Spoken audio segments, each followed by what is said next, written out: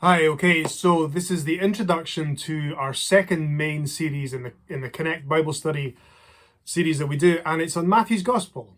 So we've been preaching through Matthew for a while now. I've been preaching through Matthew, but really what I wanted to do was take a hold of that, give you the opportunity to get a hold of some of the chapters that we looked at. We're not going to go through the whole thing. We're just going to do 4 sessions on Matthew's Gospel. And that is so that you can really get stuck into what Jesus says, because in the opening, well, the whole Gospel really, but in the opening section, particularly through the Sermon on the Mount, what Jesus says and the implications of it are huge. And if you and I are living that out, if we're really taking hold of that as a church and living out following Jesus, then that's where we need to be as a church. And I'm just going to encourage you to do that.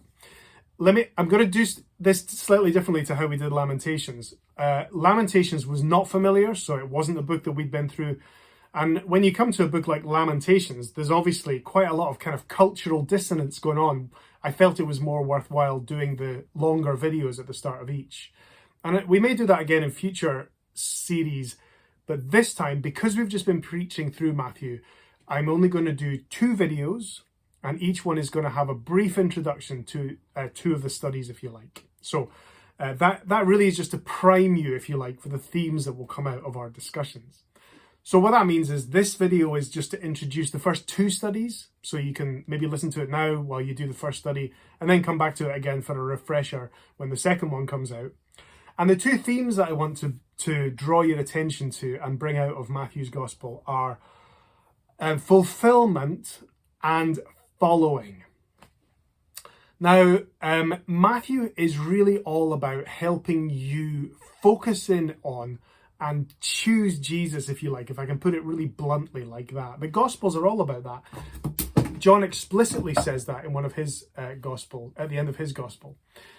But if you, for example, if you're going to buy a new washing machine or something, one of the things that you can use to help you is a witch guide. I don't know if you've ever used one. I don't really use them very often, but I know that if I need to get something, I can subscribe online. It used to be more of a magazine thing. And the purpose of that isn't I wouldn't go to read that in the same way that I would go to read a novel, to kind of like, to chill out at night and to relax. I would go to a witch guide to see, is the washing machine that I'm thinking about buying any good? Can I have confidence in it? And is it worth me investing in? Now, I don't mean to draw such a crass parallel at all between the Witch Guide and the Gospel of Matthew, but Matthew would want us to say, here is Jesus, he is the subject, he is the focal point, and I want you to have confidence in him, in who he is, in what he's come to do, and in how he will change your daily life. He really should be somebody who you take a hold of and follow. So in that same sense, you're not just reading Matthew's Gospel for the kind of literary emphases that are there, or for the atmosphere, or for the drama. All of these things exist and they can be enjoyed, but you're reading it for a purpose, a distinct purpose. And not my notes over.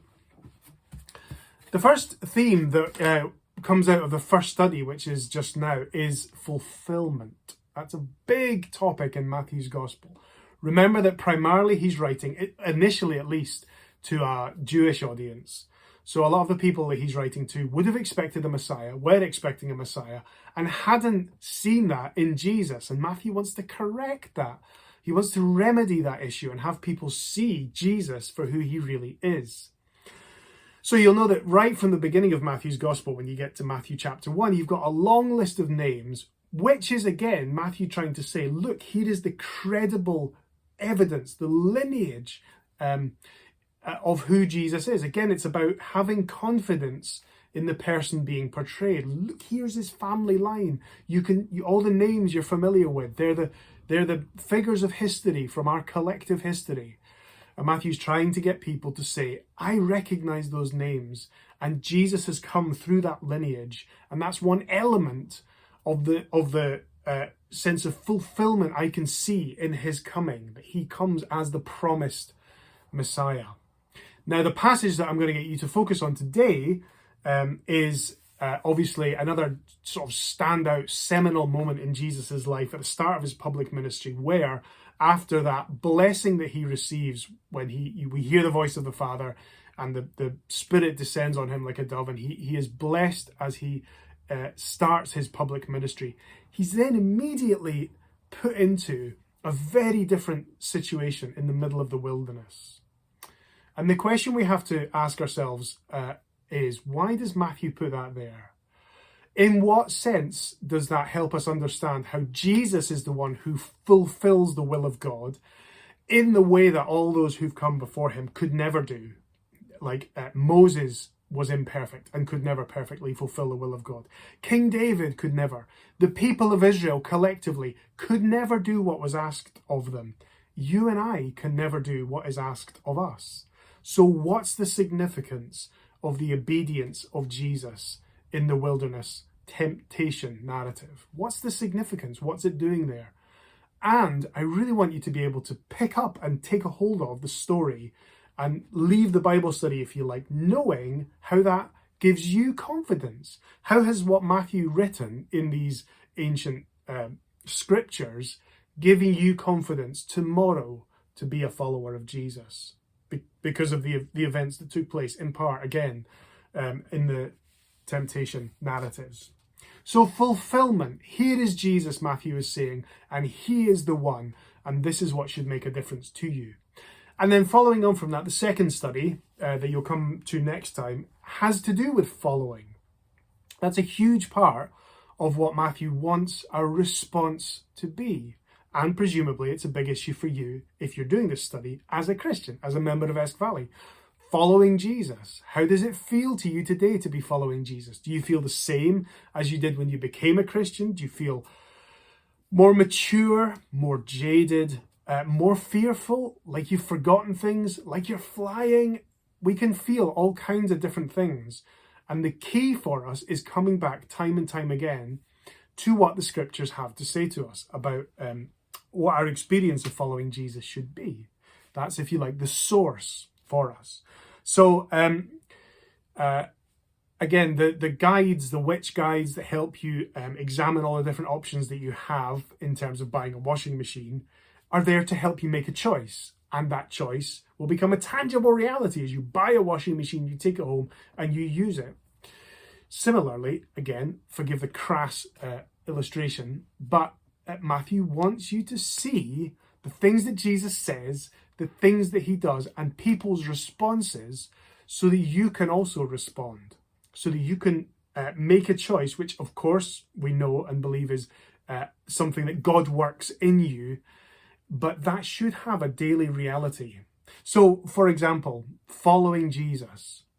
Let's get away from our society's idea of following Jesus as being out of date, stuffy and irrelevant, just something that kind of constricts our world and makes us feel bad about ourselves. Because in fact, following Jesus is the most remarkable and exhilarating, the most dignified and honorable reality to live out. Because it's to recognize who you are and who you've been made by and what you've been made for, to live in relationship to Jesus, to follow him, to honor him, to give him praise, to see him as your Savior, your Redeemer.